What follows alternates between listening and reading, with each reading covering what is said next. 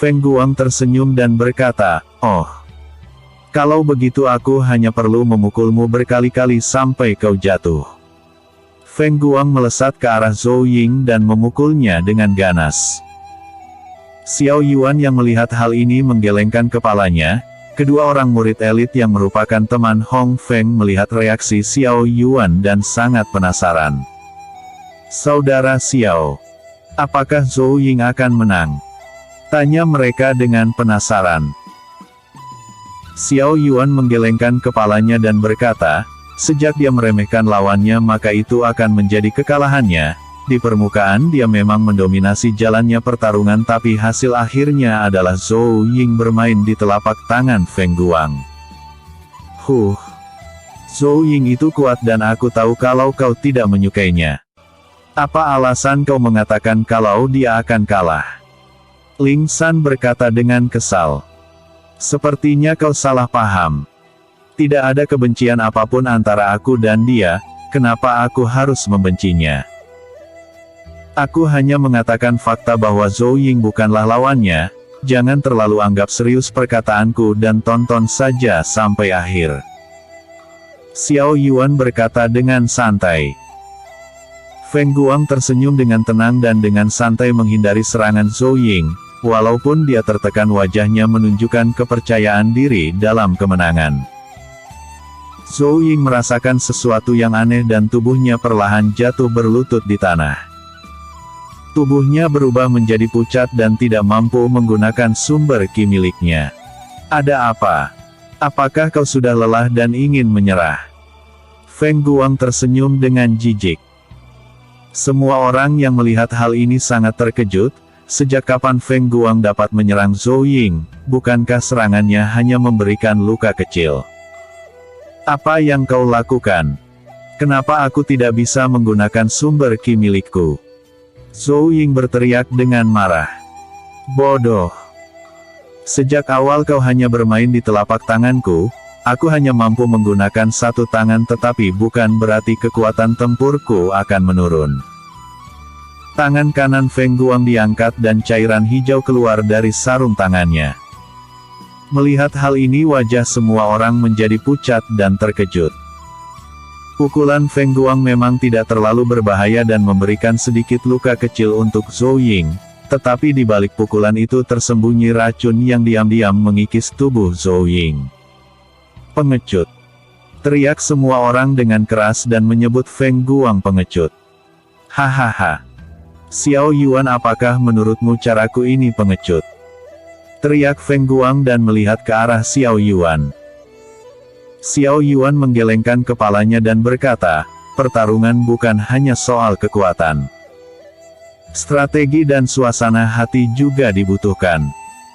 Sejak awal kau memang kuat dan aku mengakui hal itu, tapi aku sarankan agar kau tidak membunuhnya. Kenapa?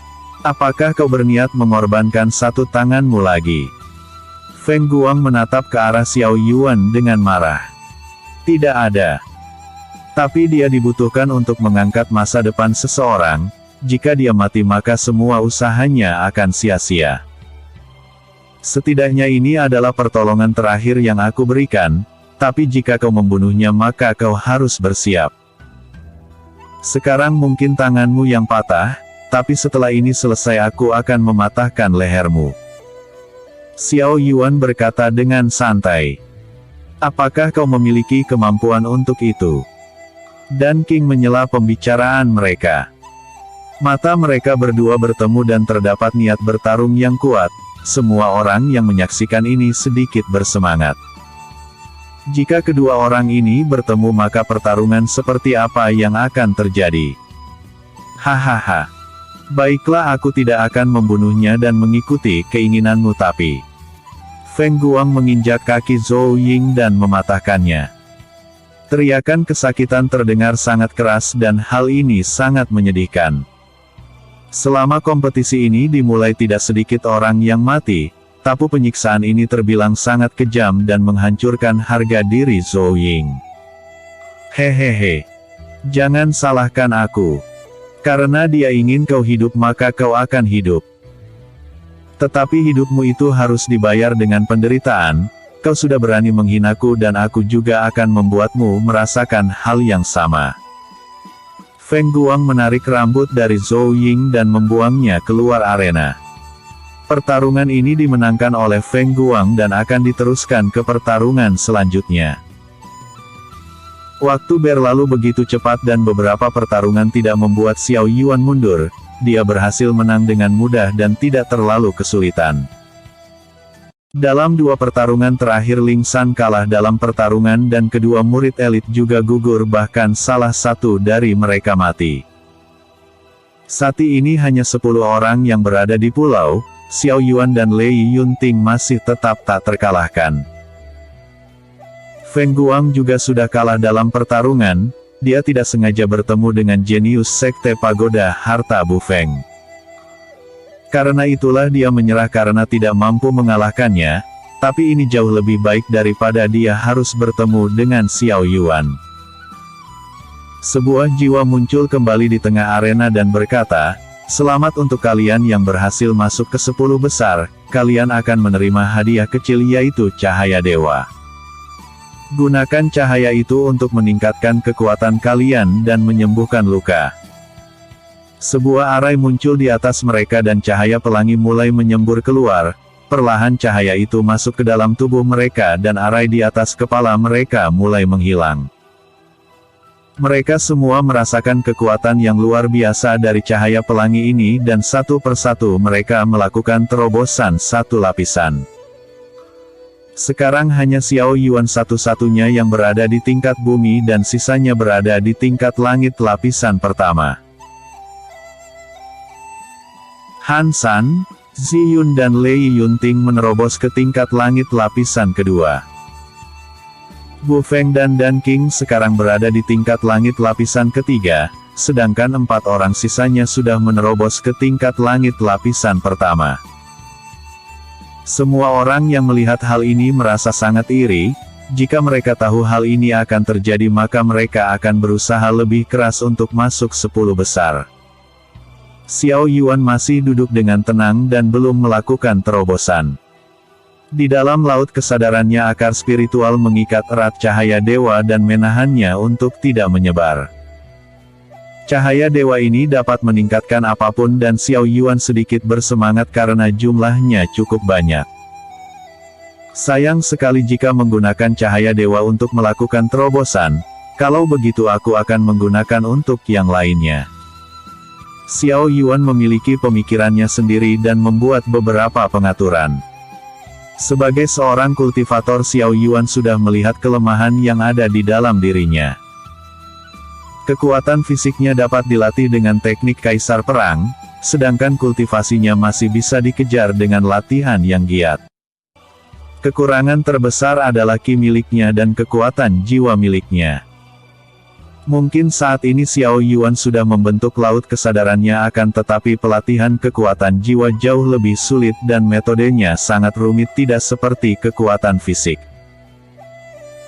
Kepadatan ki kultivator tingkat bumi lapisan pertama juga tidak terlalu bagus, karena itulah lebih baik Xiao Yuan meningkatkan kedua hal ini terlebih dahulu dan berinvestasi untuk jangka panjang. Segera Xiao Yuan mengalirkan cahaya dewa dan memperluas sumber ki miliknya. Yang ki miliknya menjadi lebih murni dan sumber ki miliknya meluas dengan paksa, rasa sakit mulai terasa di perut Xiao Yuan dan auranya menjadi lebih panas. Ketika sumber ki miliknya mencapai batasnya, Xiao Yuan menghentikan semua gerakannya. Jika dia memaksanya lagi maka sumber ki miliknya akan meledak karena membesar dengan paksa. Sisanya Xiao Yuan menggunakan cahaya dewa untuk memperkuat laut kesadarannya. Kekuatan jiwanya menjadi lebih kuat dan seiring berjalannya waktu laut kesadarannya meluas dengan paksa.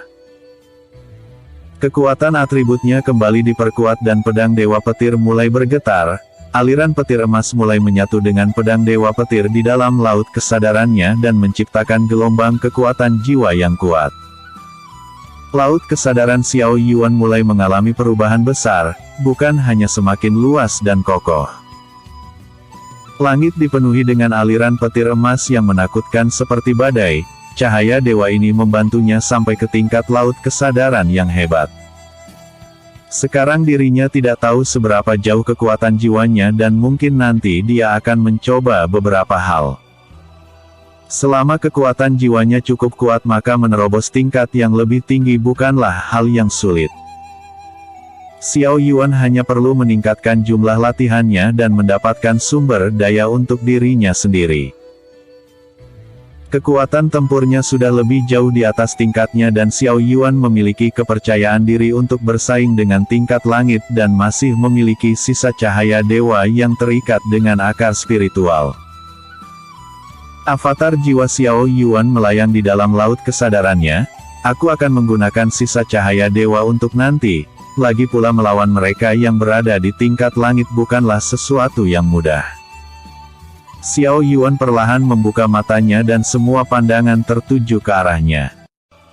Semua orang sudah melakukan terobosan dan Xiao Yuan sama sekali tidak menerobos. Hanya aura yang kuat dipancarkan oleh tubuhnya yang sedikit lebih kuat. Asteris swoosh. Asteris. Jiwa di atas langit memancarkan aura yang luar biasa dan terlihat sangat senang melihat pemahaman Xiao Yuan.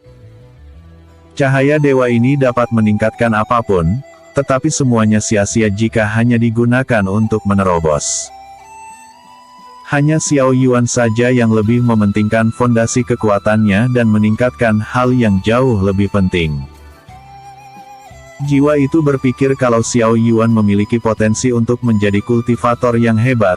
Jika dia bisa terus berkembang maka mungkin dia akan menjadi karakter besar suatu saat nanti.